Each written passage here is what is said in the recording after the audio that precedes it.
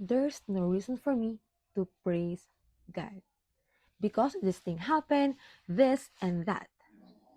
Maybe or sometimes we feel like there's a reason for us to praise the Lord because everything happens unattended, hindi natin alam, yung mga ganyang problema. But let us be reminded in His Word in Psalms 103 verses 1 to 5. Okay, let me read it. Psalms 103 verse 1. Let all that I am praise the Lord. With my whole heart, I will praise His holy name. Let all that I am praise the Lord. May I never forget the good things He does for me. He forgives all my sins and heals all my diseases.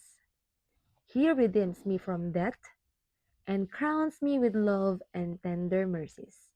He fills my life with good things. My youth is renewed like the eagles. See, the author of this psalm in this chapter is David. Okay, so the theme of this verses is about the great God's great love for us. What God does for us tells us what He really is. Okay, in the verses that we read, David praised God. He focused on praising the Lord and in every good things God had done in his life. Instead of complaining about his life, ganito, ganyan kasi mga nangyaring mga negative things sa kanyang buhay. Saul is after his life, but David focused on what God had done in his life. So, doon sa part na yun kasi inisa-isa ni David yung mga nangyari sa kanyang buhay. Okay? Yung una is yung he forgives all my sins.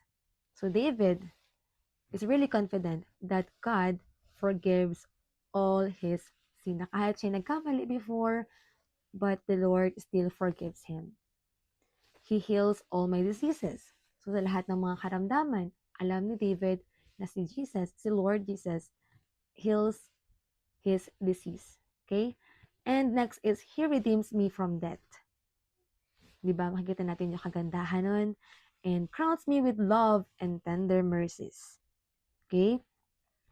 The Lord crown us with love. Okay? Kaya tayo nagmamahal, it's because God love us. Baka tayo nagkakaroon ng compassion for other people, it's because the Lord our God first give His compassion for us. Pina-experience sa atin lahat ng yun. And He satisfies our desires. Diba? So, may kita natin doon na yung talagang ginawa ng Lord yung sa buhay ni David.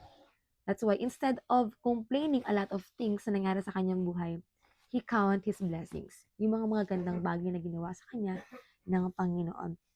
So, di ba, hindi natin deserve, we don't deserve everything sa lahat ng mga nabanggit na yon. We don't deserve God's forgiveness. We don't deserve God's love for us because we are sinner. We always keep failing sa harapan ng Panginoon. But still, our God is full of love, unconditional love for us. His grace abound. Diba? So, dito makikita natin that no matter how difficult our journey is, our life is, still or we can count your blessings. Count our blessings.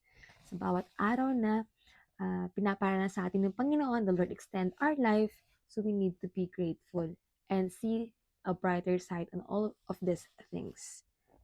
Okay? So, kaya nga, when you feel like there's a reason for me to praise the Lord, but let's be reminded sa mga sinabi ni David in this book of Psalm, di ba? Yung mga ginawa ng Lord sa buhay mo, sa buhay ko, na hindi natin kayang tapatan. But when we focus on God's character, who He really is, mas magiging thankful tayo sa lahat ng bagay. Mas makakapagpatuloy tayo sa ating journey bilang isang kanyang anak. You have to focus on thanking the Lord, on who He is, not what we have done for Him. That's all. Have Have a great day. God bless.